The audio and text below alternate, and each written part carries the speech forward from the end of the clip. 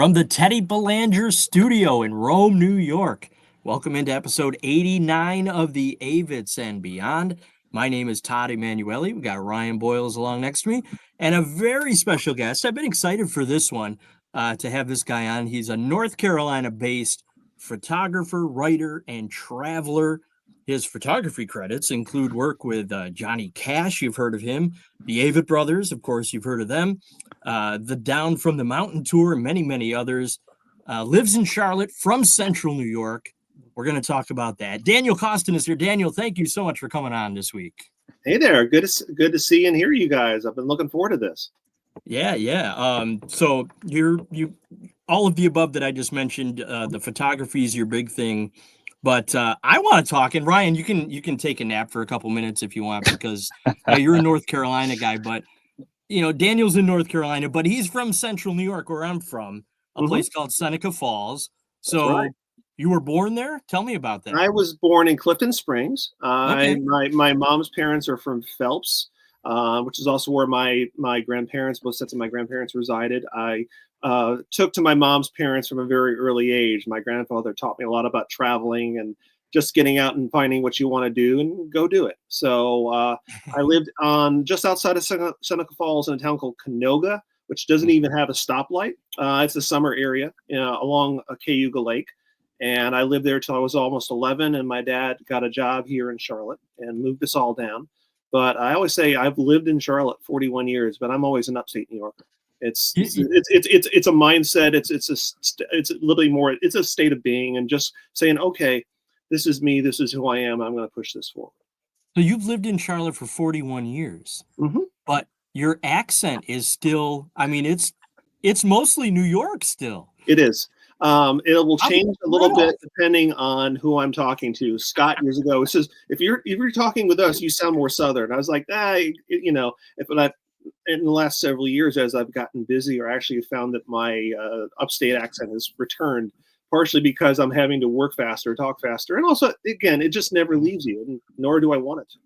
Right. See, I have a cousin that grew up here, but has lived in Florida for 30-something years, and she has a full-blown Southern accent.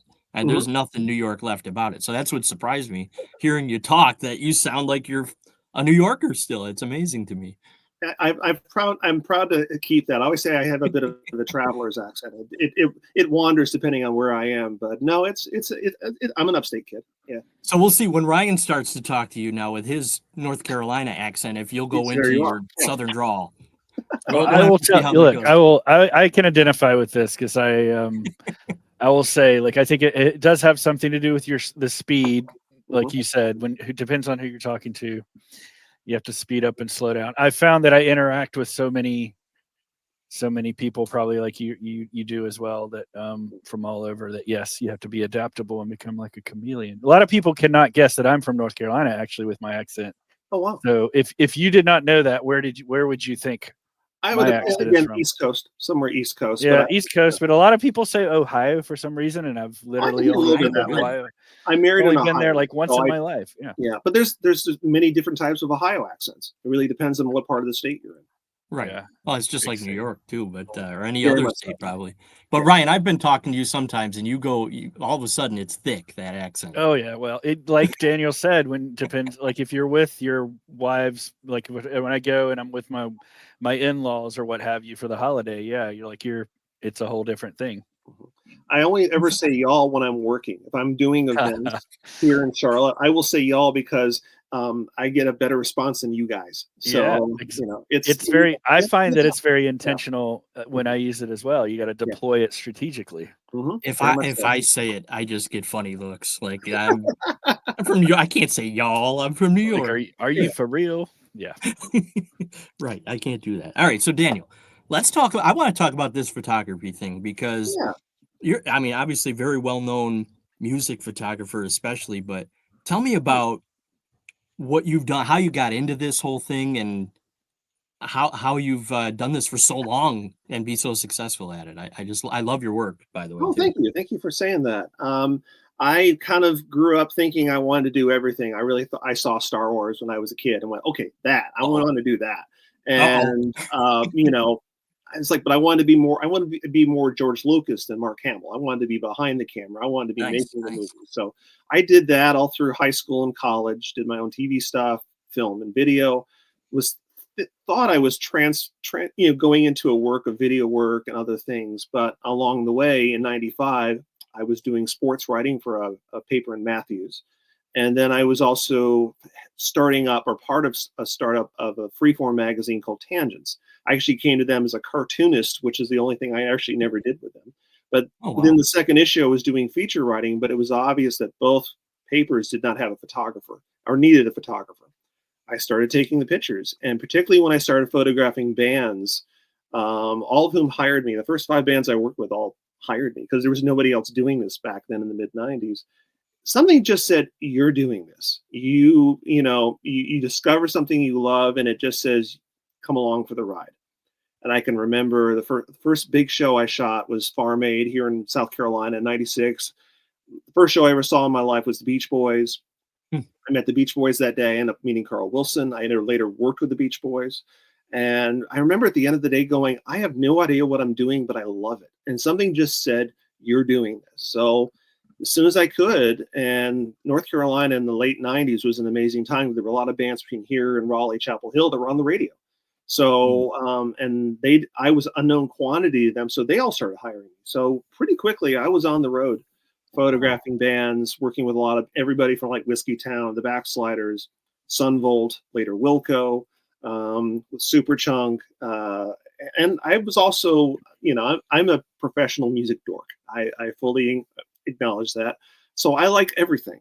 I like the Velvet Underground for the same reason I like the Benny Goodman Orchestra in the '30s. I like it. Simple as that. It's good enough. Yeah, and so I was like, oh, I like that. I'll go shoot that. And so I was shooting, sludge rock and all these other things. At the same time, I was photographing Doc Watson for the first time. Oh, wow. And I think I shot Doc like 28 times. It was really, and people say, how many times did you shoot Doc? I was like, never enough. Never enough. I'm proud that I got to know him a little bit and photographed him as much as I did. 90s music scene. Can I ask you, that was college years for me, mid to late 90s. So Raleigh scene, we had the brewery down on Hillsborough Street. We had some of those smaller clubs, right? That I guess I wanted to quiz you on 2 bands. Hootie and the Blowfish came through quite a bit. And then the band that we had this debate in my fraternity. We had Hootie and the Blowfish actually play at our house right before they blew up. And everybody loved them, of course. We had another band called the Sex Police that were very much another local band. The lead singer of that band went to high school with my wife. Oh, wow. I didn't know her at the time. I found out about this after the fact. But Sex Police was the band we wanted to like make it. There was like a whole contingent of us that were mad that we made it instead of Sex Police because we like Sex Police better. But I wonder, did you shoot either one of those bands? I didn't shoot Sex Police the first time around. I did see Early Squirrel at Zippers. A lot of that. I ended up shooting Sex Police in the last several years as they did some reunion shows, which was really awesome. I don't. I've never been invited to my high school reunions. I refuse to belong to any group that'll have me as a member. But when I go back to Chapel Hill for those kind of shows, the Cat's Cradle reunion shows, like, of course, home. Yes, these are the bands that made me want to do this. Made me drive up to Chapel Hill and Raleigh every week and discover this music. So it was a really amazing time. I did stuff with Ryan and Whiskey Town and Ben Folds 5 and Archers of the Loaf. Again, I was just out, people thought I lived up there. I was just hitting the road every week, every weekend, just going out and doing it. So, that's the secret, right? You just got to show up. So what happened to the Sex Police? Because I've never heard of them. Chip, is the guy I was referring to. My wife actually dated the lead singer of Bus Stop. I don't know if you remember that band. I do. Anyhow, I'm probably telling too many secrets here, but they both went on to like produce music for like films and TV and things like that after they broke up. But a lot of these bands, like if you don't sort of make it big, you have a shelf life when it comes to touring. A lot of the bands either would get offered a record deal and the deal would fall apart, or they or just, oh, okay, we got to do that, and then they would break up. There were so many great bands from that region. They got a one label, larger label, major label shot, and then it was like, okay, now what do we do? So even bands like Ginny Anykind, I shot their first or second album after they'd been on major, and actually I loved working with them. I always say that and that was twin brothers, the Holland brothers, and working with them actually kind of prepared me a lot to work with Scott and Seth.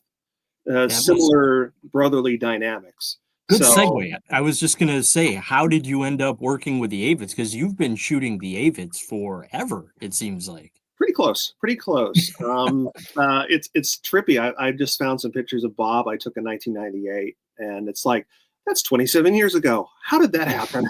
Yeah. Bob and I met through video work. Bob was doing video work here in Charlotte. I know I have some pictures of him working on the first short film that he and I both worked on. He was the sound guy, I was the stills guy, and I still have that. But I think we knew each other before that from doing some video shoots here in town. And then eventually he started playing bass with a band called Memphis Quick 50. My friend CT, my friend Bobby Gillespie, who I'm all still friends with. And we all hung out. We were all listening to the Wilco and the Velvet Underground and Guided by Voices, who I shot 2 records for. And all these bands, it was just fun. But they were a fun band. But I knew Bob wanted to get them on the road. He had been another band called Old 454, similar situation. And one night at the Double Door, I still remember this, Bob pulled me aside and said, "Don't tell the Quick 50 guys, but I'm starting to play with these brothers from Concord." It's like, we met up at a parking lot, and and he was he said, I remember him saying they want to hit the road. It's like, okay, cool. And within several weeks of that, there was the incident where the Quick 50 and the Avetts had a gig the same night. Retold by Scott at the 2022 New Year's show. I was about 15 feet away when he was telling that story. I was laughing my head off, and that was a true story. Basically, I think Bob only did the first set with the Quick 50 and then left to play with the Avetts, and the Quick 50 guys said it's them or us, and Bob took the Avetts. And I think he did okay. Decisions had to be made, right? Okay. It was unfortunate. We were all friends, but I knew what Bob wanted to do, and I had been saying, I could only do so much in Charlotte. I knew from the time I started taking pictures, you go on the road and you make it. You go out and find the crowds, find the people, become at least a regional touring base, and then hopefully build from there. And that's what the Avetts have done for all these years. Is just one show, one fan at a time. Isn't it funny to think, though, if he chose the other band, how that would have changed history? Like, what would have happened? Like, would the Avetts even be a thing right now? I have debated that. Surprise, I'm a Beatles geek. And there's always that debate of, would the Beatles have made it without Brian Epstein? I mean, they were really good without Brian, but would they have gotten the label deal? Would they eventually gotten Ringo into the band? No. It's, Bob was the one that said, Bob was from the beginning was the go-between. He was the third brother between Scott and Seth. He was the one who helped them sort out the set list when they couldn't agree on what song to play next. He was the one who, drove the van, booked the tour, the early tours. That was all Bob. Right. So, it's amazing now, especially in the last couple of years, is the period that I in particularly was working with them the most, which is Mignonette to eventually Emotionalism. It's now spawned a Broadway musical, a Muppet series of some sort. It's just like, I can't imagine. I mean, what would have happened if it's a bit surreal, right? Yeah. It's totally surreal. When they announced that at the Muppet show, for lack of a better term, at the New Year's Eve show this year, I was a little dumbfounded. I was just like, that moment where I think we all were. We didn't realize what do we. I mean, so wait, did they actually announce anything? Because I don't remember that actually announcing anything. It was kind of just like vague. Something's coming. They are planning some sort of series, whether it's a TV or a web series, basically in their Muppet characters, about the early days of the Avett brothers on the road. Oh my God, homegrown. I think that's so awesome. Although somebody wants to say, "Oh, that's a good song title." I was like, well, actually, it's a Neil Young song title, but we'll take it. It's a good title. But it's spelled like different though, right?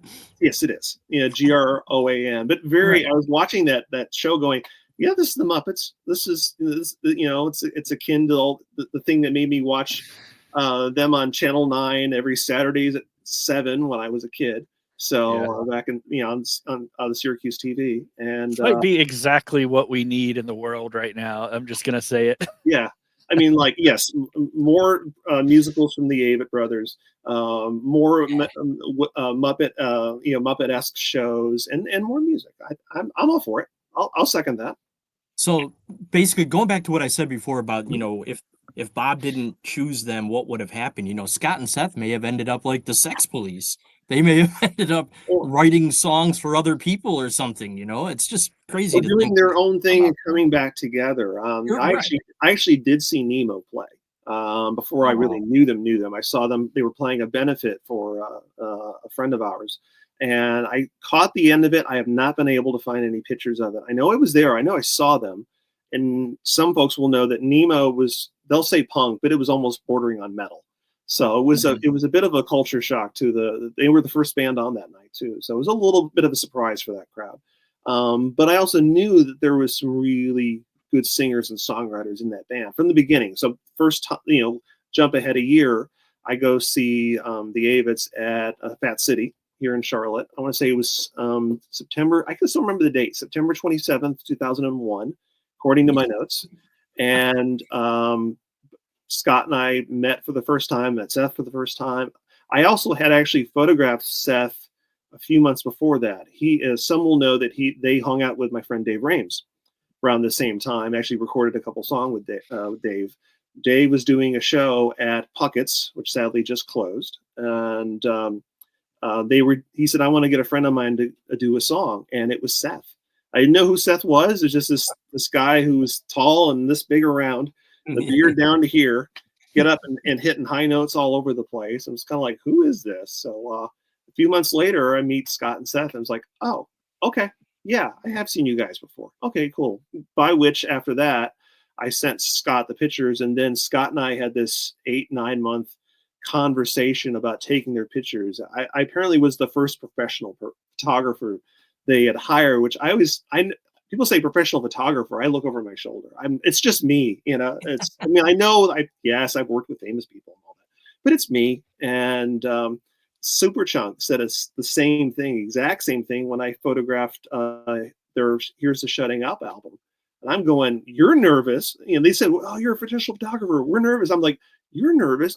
You're Superchunk. I'm like, scared out of my wits here. So, but we made it work. But, I think the secret is you're professional as long as they like your work, Yes. If they like what you're doing, it's a good sign. So, then you've later been with on, the Avetts so long. Obviously, they like what you've done with them over the years. I hope so. Thank you. I'm proud of what I've done. Again, I've kind of come in and out of their stories at different times, but I've never been too far away. To that's talk the about amazing thing. Yeah. The swept away thing quick. One of your Instagram posts, I'm just reading it here. I have it in front of me. It says, I've photographed the Avett brothers for so long. I've watched them birth and raise doppelgangers on Broadway.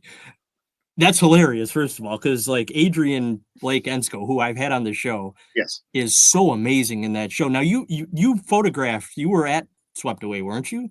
I did not get to see Swept Oh, you Away. didn't get to see it? No, I didn't. I wanted to see it on the road, and also, for those of us have also gotten to do some theater work. It's especially when you're on Broadway, it's all union. I mean, there's no way I could have photographed that show, even if I'd been asked by the band, which I understand. I've worked with some national touring acts, and it takes a lot of negotiation to shoot a Broadway show anywhere in the country. But I would say I watched Mignonette get built from the ground up, song by song. So right. Now you look at that play, and it's like, oh, I remember when they wrote that. I remember when they wrote that. I remember this. It's amazing.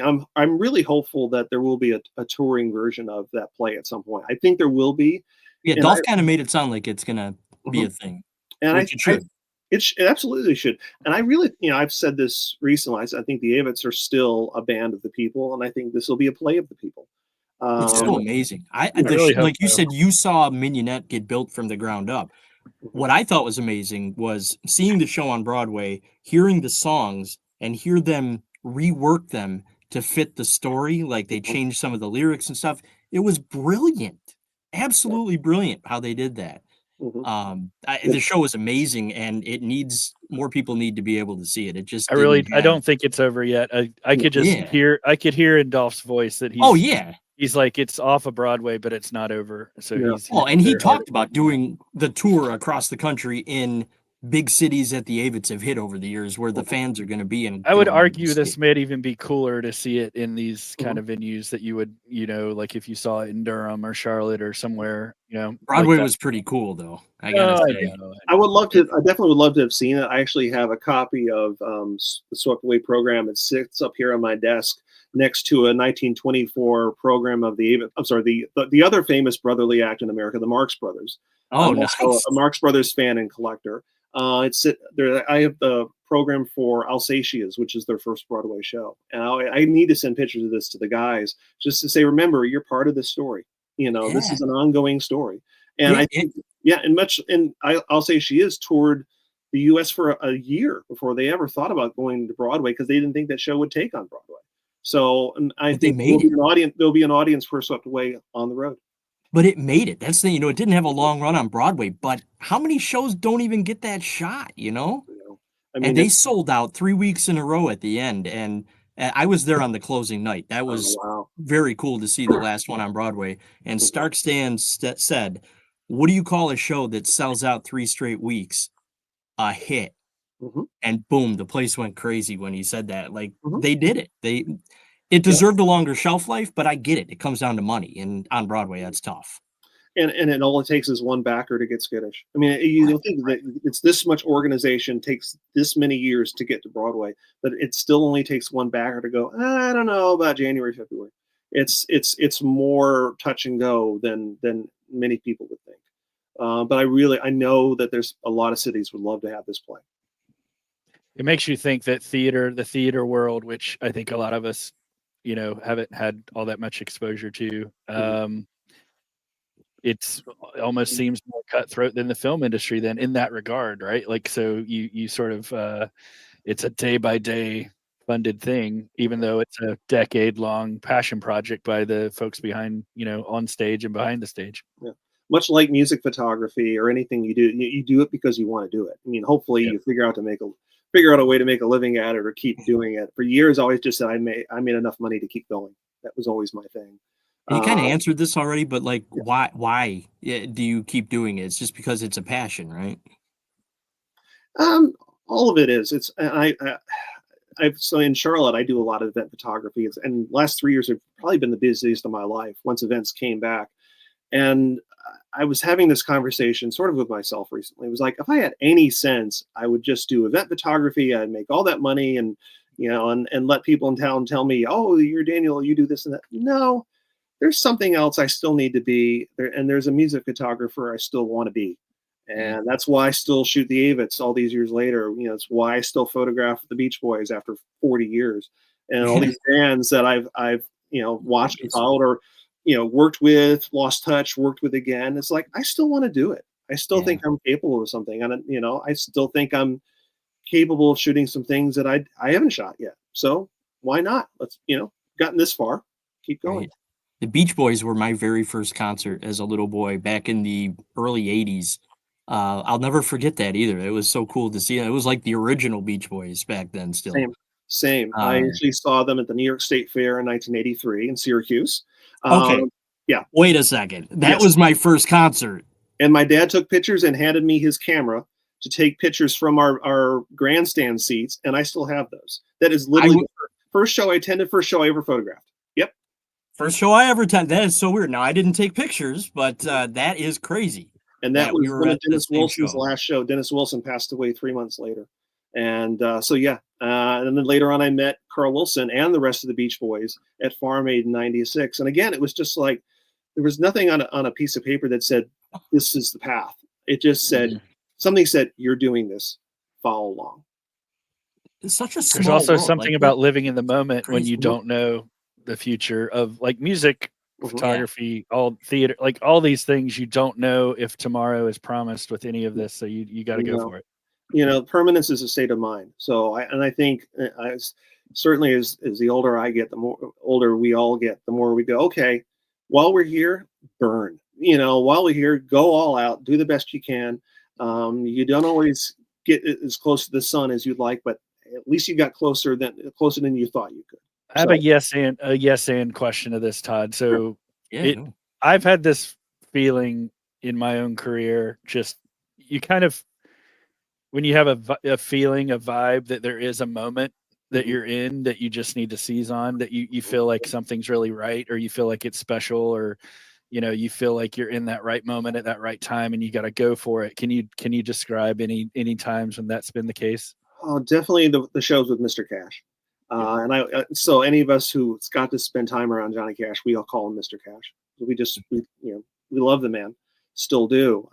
It was this feeling of, I'd rather be nowhere else in the world than here at this moment. Yeah, it's sort of an elevated feeling where the moment is almost physically pulling you off the ground. I felt that when first I photographed famous African musician Babatunde Olatunji in 1998. It was like the first time that I felt like music was physically pulling me off the ground.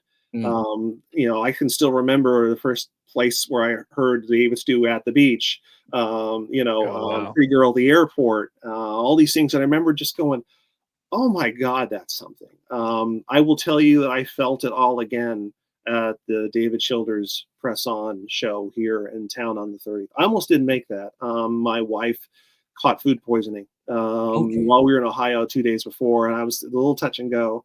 And it was just like, one, I couldn't get another photographer, and two, I wanted to be there. Something said, that voice. I tell people, like, if you're willing to listen and willing to answer to it, there is a voice in your head that says, go. I will tell you this. I had multiple people come up to me and say, they didn't know what to expect that night. And then it was such a special, there was something in the air, and there was something in what everybody put into it. And Cody Gentry popped out on stage magically to be with the band. And then there were all these other folks, from supporting him, and you could feel the energy. And I was talking with a musician that I just met this past year, saw him perform. His name's Dylan Walsh, an Irish guy out of Nashville, right? He has been in Western North Carolina, but anyway, he was there that night just watching in the crowd like we were, and he came up. We met afterwards, and he was like, man, he just said, man, and he put his hand on my shoulder and he said, that was something, right? That was really something, right? And he was like, it was just like, wow. Yeah. I'll put that show up there with both times I worked with Mr. Cash, some of the Avett Brothers shows. I got to shoot the Monkees 50th anniversary show in Hollywood for the Monkees. The Aretha Franklin show here in Charlotte, which was like 2 days after Whitney Houston passed away, and she did a full-on tribute to Whitney in the middle of that show. Wow. It was just this feeling of, this is it. This is something beyond what we get to experience on a daily that's so experience, awesome. Our daily life. But while you're here, take it all in. Remember that this happened, and in my case, just take a ton of pictures and try to get something of that moment that you're feeling. Yeah, and you got some great pictures from that. Thank you. Man, I wish a lot of love. I've not seen David in a few months. So obviously, a lot of us have been concerned about him, but he just so wanted to be there. And I will tell folks, I just visited David on Saturday, and he's doing a lot better. He and Linda they're determined to get through this. In fact, if you've seen David's Facebook page, there's a new picture of him. That's mine. That was from my book. That's wonderful. Yeah, that was an awesome picture, by the way. Yeah, I saw he's like, he didn't credit me, and it's like, nah, it doesn't matter. So well, if he's posting, he needs it. Look, he needs it. That that was, you could tell he had a sparkle in his eye. And I'll never, like, one of the things he said when he ended the show, he was really emotional during a lot of songs. But at the end of the show, he said he went on thanking everybody. But the thing that stuck with me is he said that we all had added 5 years back to his life, and I think he meant it. Yeah. That's so cool. Can we please get that man into the North Carolina Music Hall of Fame? Well, that is the mission. Well, I've been saying it for 2 years. It's got to happen. It's on my list as well. So yes.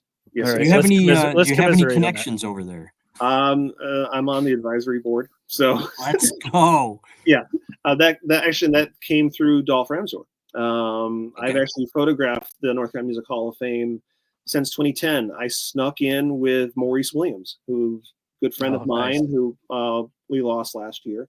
And by the end of it, the Hall of Fame was like, "We don't know who you are, but can you shoot for us from here on?" And I've got him ever since. So when the Avetts got inducted, I was there, and the Chocolate Drop and all of my friends. So yeah, David is on my list, and that will happen. Okay.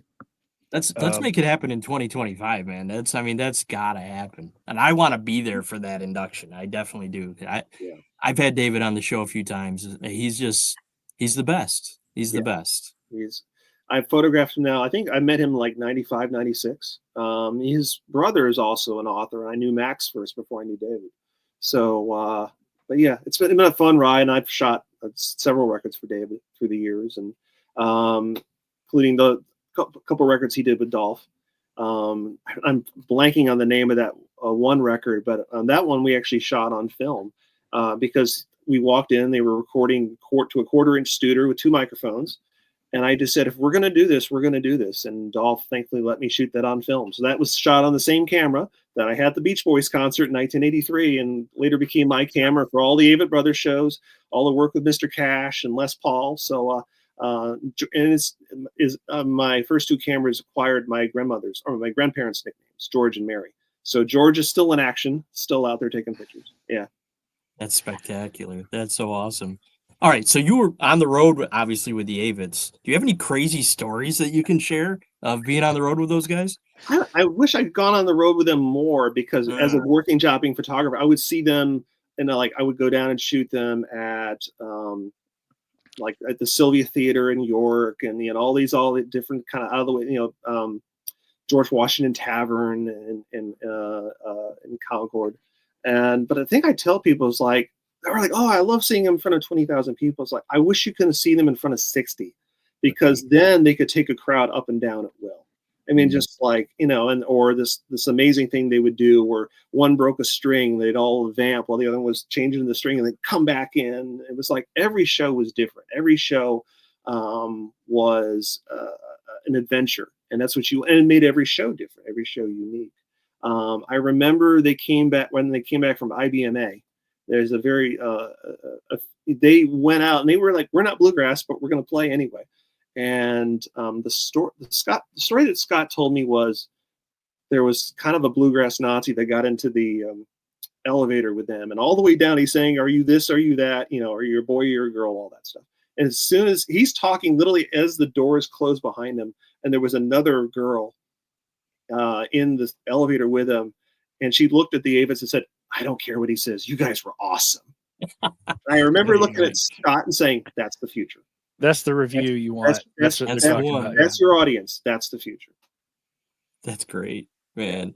Do you have any other was there anything crazy that happened when you were around Johnny Cash? I like hearing crazy stories. I don't know. I have to think of some craziness. I mean, with Mr. Cash, it was literally drive up, 4 hours from Charlotte to Hilton's, Virginia, and photograph them. I always paid at the door, even though they said I didn't have to. It was $5 at the door, and because I wanted to support the Carters and the Carter family in the fold.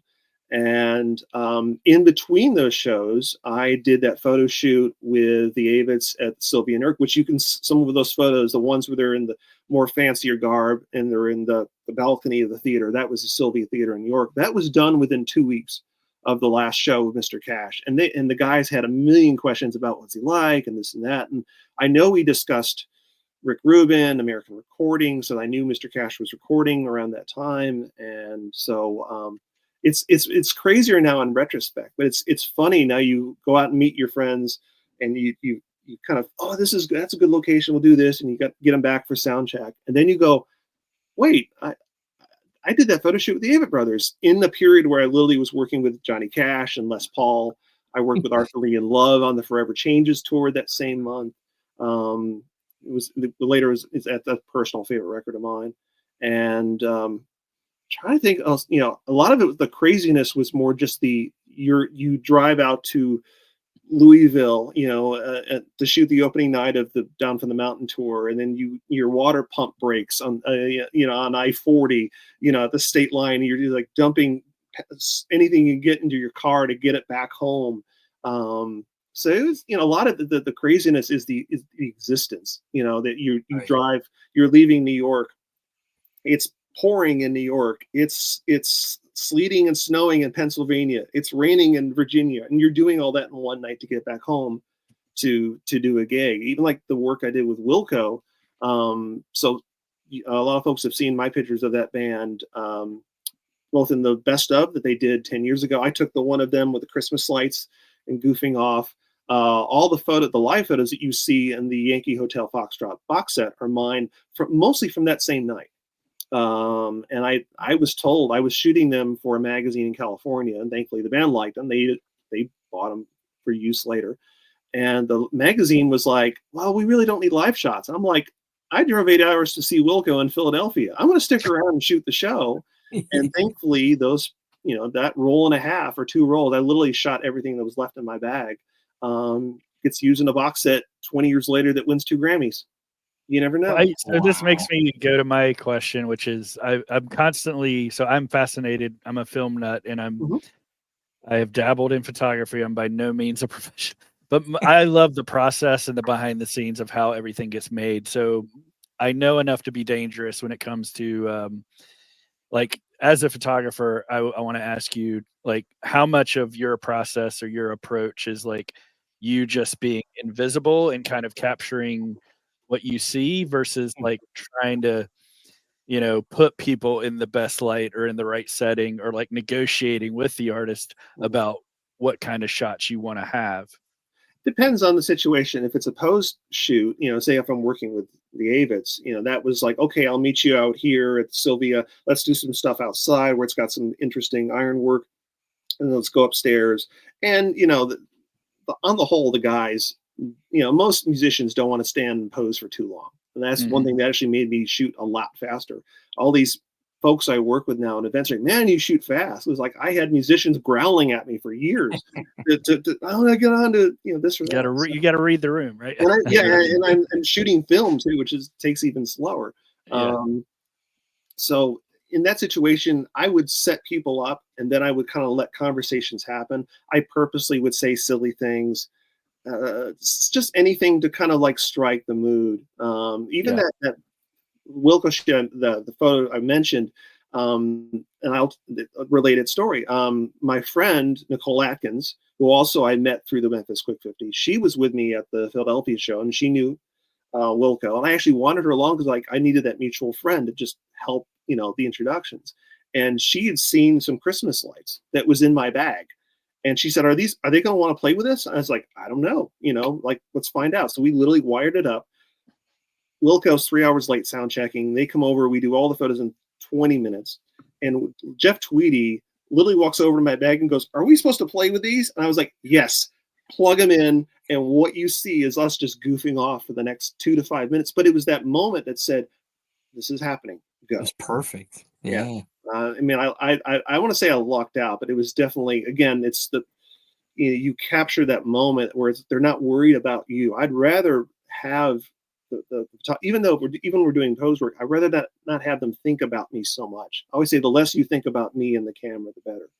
Now they're shooting. You're doing your thing. Yeah, I'm doing my thing. I'm working. And as I've actually gotten older, I actually kind of pull back further. I actually shoot more with a zoom lens if I'm doing candids or this and that. Like the studio photos for Minnie and Nat, that was done in their dad's garage, and they were working. They were trying to figure out the song. So a lot of that was either done with not as I never liked the super wide angles. I would use just a straight 50 or a portrait lens that I think I got at a pawn shop for $10, but it had the look I wanted, and it allowed me to shoot higher speed without a flash.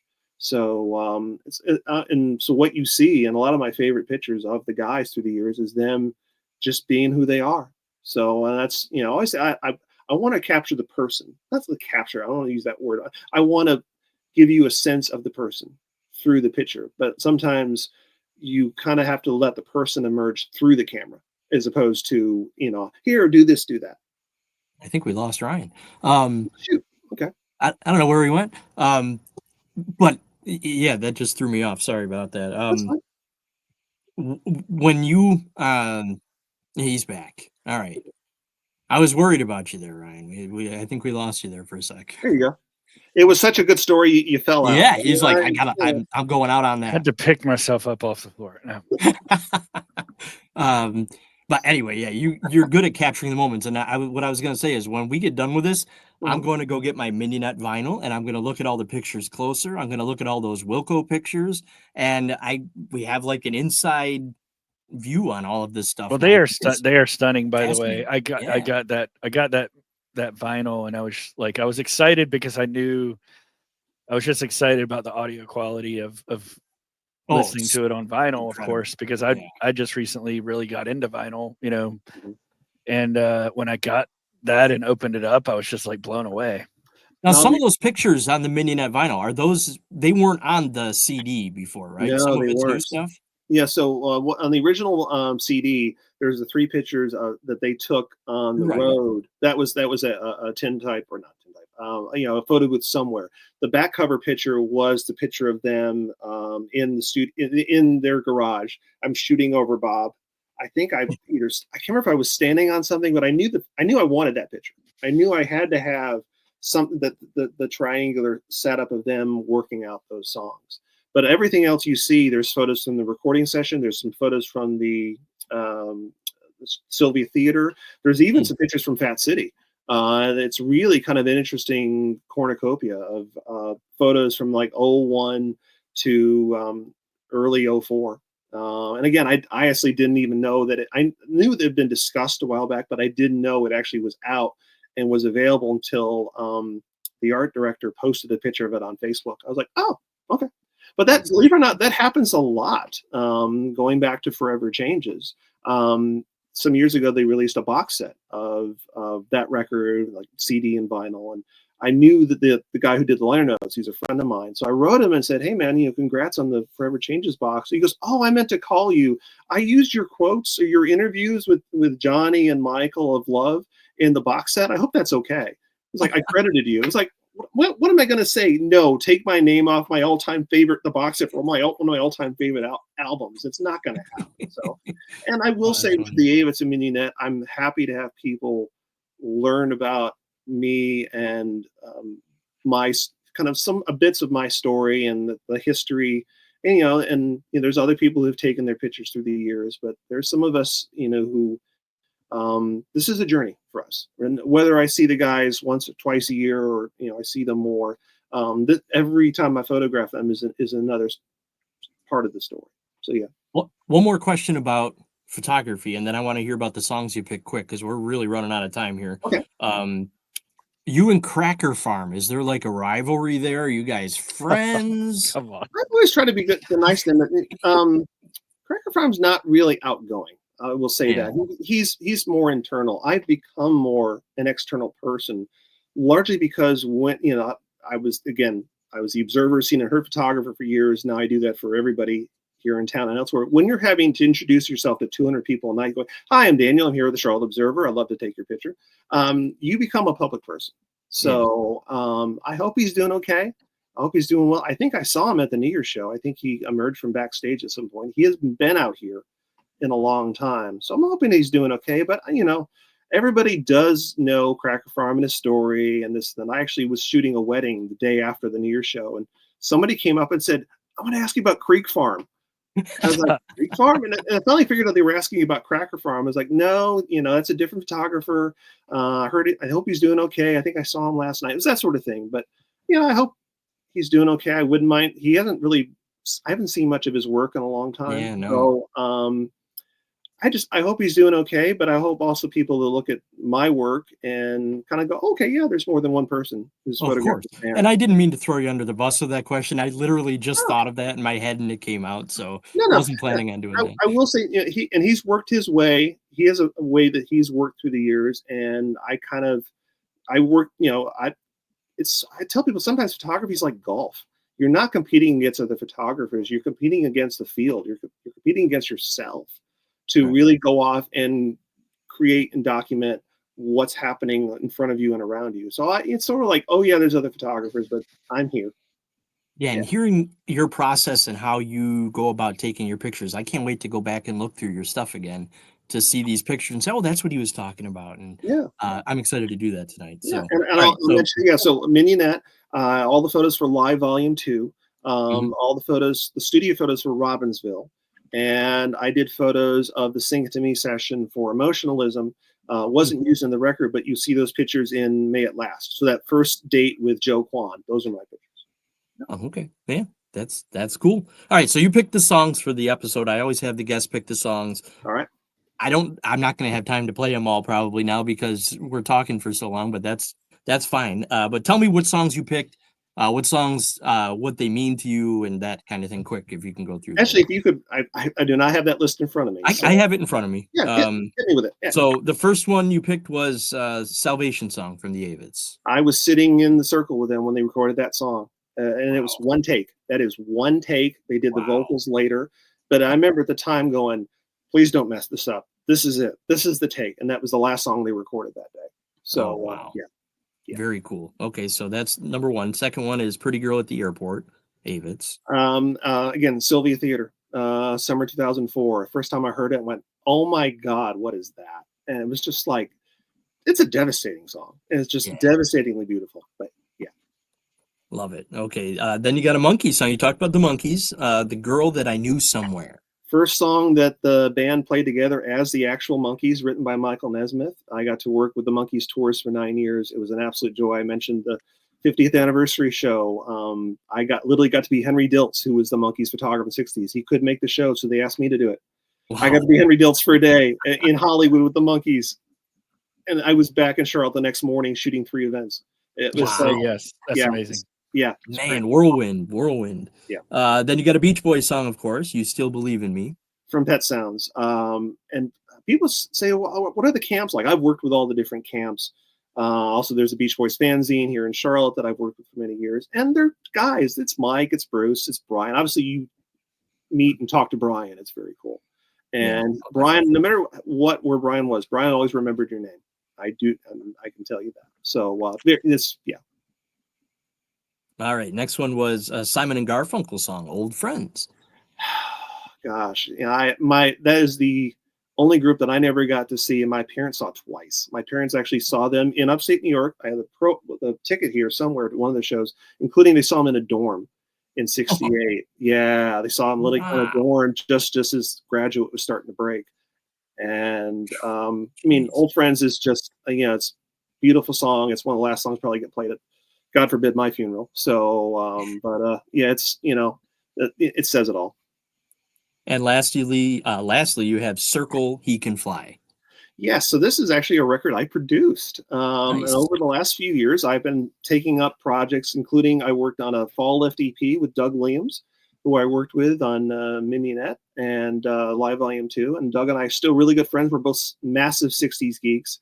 And I've been pulling him on to several projects. The Circle, I just met him in Ohio one day and thought, here's a crazy idea. What if you got to make the record you didn't get to make in 1968? And we went from there. And this song, He Can Fly, was a song that was done by my friend Andrew Sandoval, who's the Monkees manager. I knew he had done the song 20 years ago with Tom Dawes, who was the original bassist of the Circle, passed away before Don and the Circle could reunite. And I brought this song to Don one night, didn't tell him what it was, didn't tell him who was on it. I just said, listen to this and tell me what you think. And as soon as he liked the song, I said, by the way, those background harmonies, that's your buddy Tom. And I didn't know that Don had really wanted to do at least one more song with his buddy Tom. And through He Can Fly, he did. And you hear that on the record. I am very proud of that. That is amazing. Very cool. All right. So if I don't get to play all these songs, what I'll do is I'll throw together like a Spotify playlist or something and post it with your episode so people can listen to the songs at least, because there's awesome stories to go with those. So I definitely want to make it part of the show somehow. So the Monkees takes me back. That was my sister and I when we were kids. We were definitely big fans. Yeah, I saw them here in Charlotte in '86 on my birthday. It was like birthday 85, I saw Tina Turner at the Coliseum on the Private Dancer tour. A year later, I'm seeing the Monkees, and I think about that when I go back and shoot the guys at the Coliseum. You know, the Bojangles Bowplex Ultimate. It's like it's the Coliseum. You know, like I was sitting up there for Billy Joel on the Innocent Man tour, so you know, it's like, you know, it means something. Yeah, right. Tina Turner was my second concert, by the way. Oh, God, it was such at the New York State Fair. It wasn't in Charlotte, though. We weren't at the same show that time. Darn. All right, so social media. Give me your website, all your social media, so people can find your stuff easy. It is DanielCoston.com. On Instagram, at Daniel Coston Photos. You can find me at Daniel Coston on Twitter, X, whatever. But really come by and say hi on Instagram, or find me on Facebook. It's just me, Daniel Coston. And if you search my name, you'll find the different records I've produced. I've written 6 books, mostly about music in North Carolina. And I'm hoping to actually release a few interview books from my archives the next year or so. So stay tuned. And actually, some of the records I've been producing the last year will get announced in the next week or two. So stand by. Nice. Oh, that's big time. All right. This was great. This was so much fun. You're a fascinating guy. Really a fun conversation. I appreciate you taking some time with us here on this Wednesday night we record on. But maybe we'll have you back on someday again. It was a pleasure having you. I really enjoyed this, guys. Love getting to talk some Avetts and love finding that there's kids out there and adults who are still discovering the Avett brothers. So welcome. Yeah. And David Childers 2025 for the North Carolina Music Hall of Fame. Let's go. Yeah, the emails will be flying. So yes. So I'm pointing at the wrong thing. Daniel Coston, thank you so much again, man. I appreciate it. Take care. Thank you.